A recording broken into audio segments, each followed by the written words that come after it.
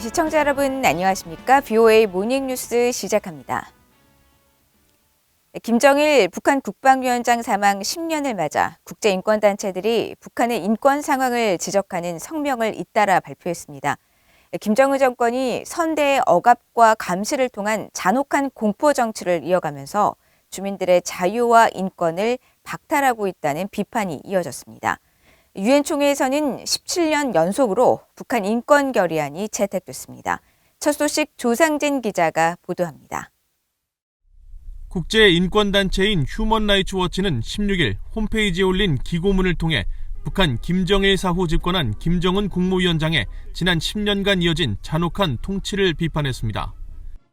이 단체는 2011년 12월 17일 김정일 사망 이후 그의 아들 김정은이 정권 세습을 통해 지난 10년 동안 주민에 대한 감시와 억압의 수위를 높이고 국내외 이동의 자유를 박탈했다고 지적했습니다.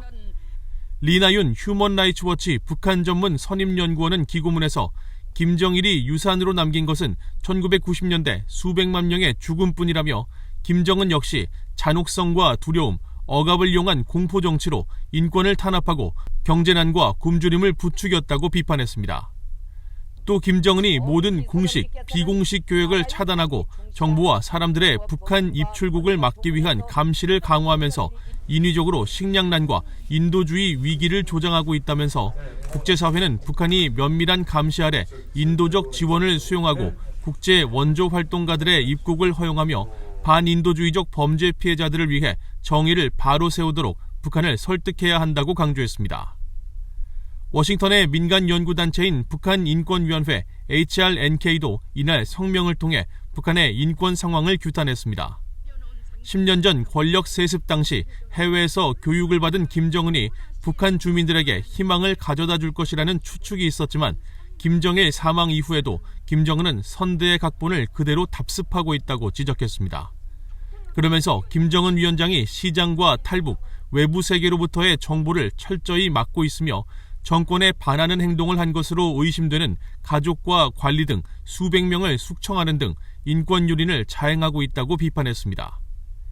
린지 로이드 조지 W. 부시 센터 인권 담당 국장도 16일 BOA에 김정일 사망 이후 지난 10년간 북한 내 인권 상황이 전혀 개선되지 않았다고 지적했습니다.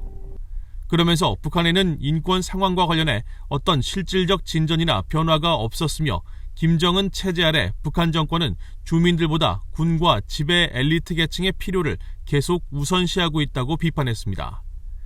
이런 가운데 유엔 총회에서 북한의 인권 침해를 규탄하고 개선을 촉구하는 내용의 북한 인권 결의안이 17년 연속 채택됐습니다.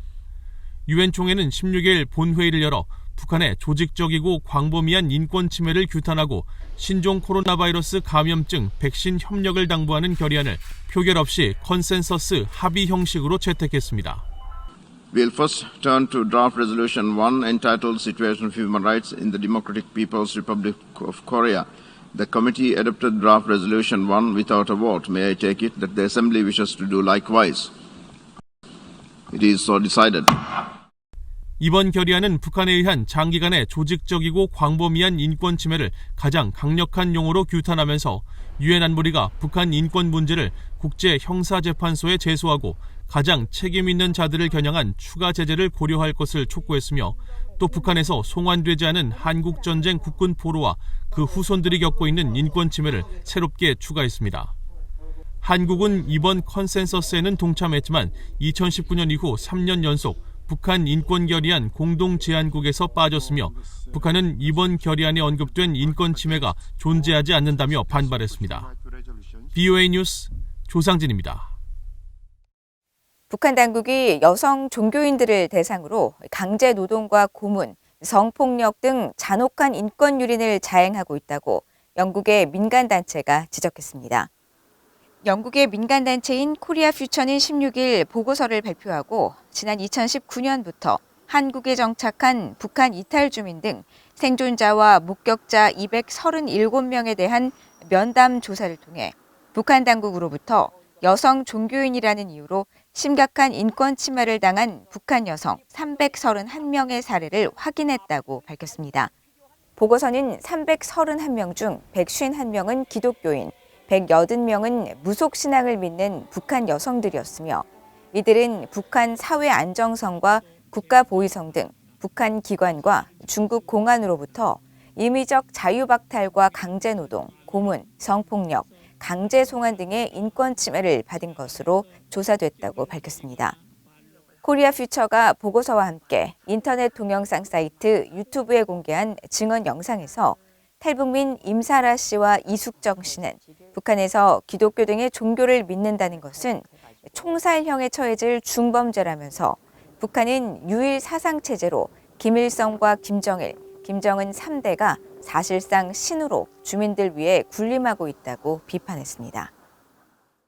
국무부가 전 세계 각국의 테러 관련 현황을 분석한 국가별 테러 보고서를 발표했습니다.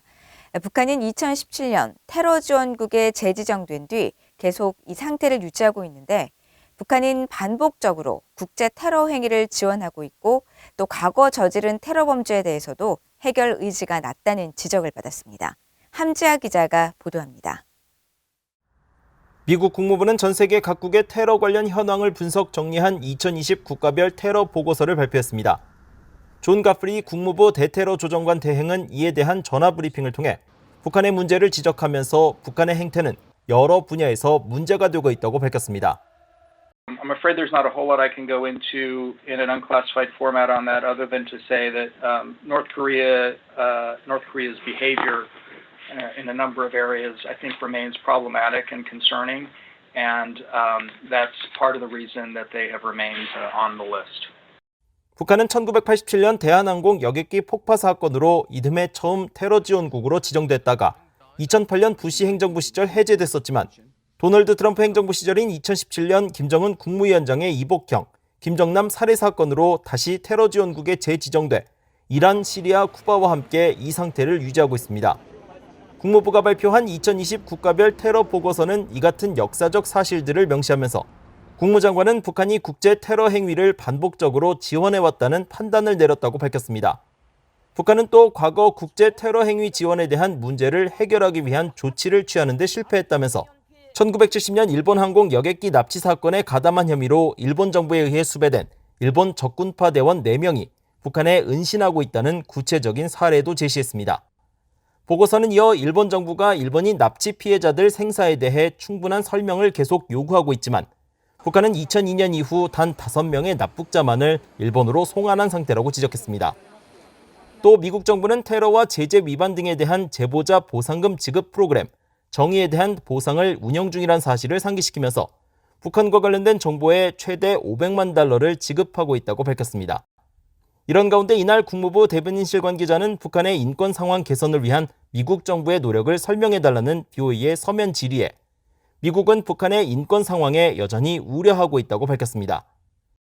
이 관계자는 그러면서 북한은 전 세계에서 가장 억압적인 권위주의 국가 중 하나로 그들의 인권 상황은 개탄스럽다고 비판하고 문제 해결을 위해 국제사회와 계속 협력하고 있다고 강조했습니다.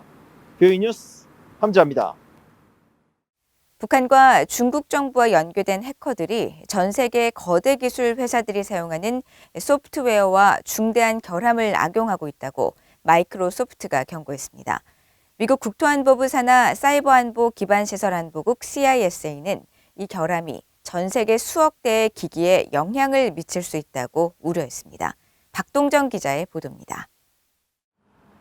미국의 세계적인 IT 기업인 마이크로소프트는 자사 블로그 게시물을 통해 해외 해커들이 최근 논란이 된 소프트웨어 보안 결함 로그4j를 악용하고 있다고 경고했습니다. 이번 활동과 관련 있는 국가들로는 북한과 중국, 이란, 터키 등을 지목했습니다. 마이크로소프트는 그러나 이들 국가주도 해커들이 어떤 기업들을 표적으로 삼았는지는 공개하지 않았습니다. 로그4j는 특정 서비스의 운영과 관리를 위해 누가 언제 어떻게 시스템에 접근해 어떤 행동과 이용을 했는지 알 수 있는 운영 기록을 남기기 위해 고안된 오픈소스 프로그램으로 미국을 비롯한 전 세계 대부분의 정부기관과 금융 등 경제 분야에서 널리 사용되고 있습니다. 해당 프로그램을 개발한 아파치 소프트웨어 재단도 로그4j의 문제의 심각성을 최악으로 평가하면서 해당 취약점을 해커들이 악용할 경우 표적 서버를 탈취해 원격 조정을 하면서 정보 탈취와 자료를 삭제할 수 있다고 지적했습니다. 이런 가운데 미국 국토안보부 산하 사이버안보 기반시설안보국도 이 결함이 전 세계 수억 대의 컴퓨터와 관련 기기에 영향을 미칠 수 있다고 지적했습니다.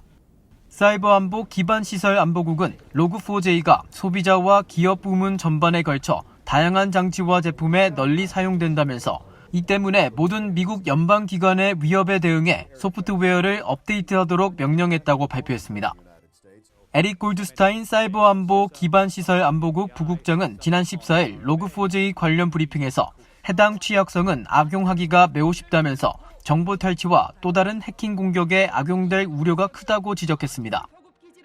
This particular vulnerability is extremely easy to exploit, and new ways to exploit it are being reported continuously over the last several days. And third, exploiting this vulnerability gives an adversary potentially deep access into a target network. 사이버안보 기반시설안보국은 국가주도 해킹 조직의 이 같은 취약점 악용에 대응하기 위해 정부기관 그리고 민간 분야 파트너들과 긴밀히 협력해 주요 대응 지침과 정보를 공유하는 등 국가를 넘어선 전 세계적 대응 노력을 주도하고 있다고 강조했습니다. BOE 뉴스 박동정입니다. 기시다 후미오 일본 총리와 우르줄라 폰데어 라이엔 유럽연합 EU 집행위원장이 전화회담을 갖고 북한 정세 등 한반도 문제와 일본인 납북자 문제 해결을 위한 협력을 논의했다고 일본 외무성이 밝혔습니다. 기시다 총리와 폰데어 라이엔 위원장은 17일 전화회담을 통해 북한과 중국 등 영내 정세와 한반도 문제에 대해 의견을 교환했으며 북한 정권에 의한 일본인 납치 문제를 포함한 북한 대응 부문에서 협력을 지속해 나간다는 뜻을 확인했다고 일본 외무성은 전했습니다.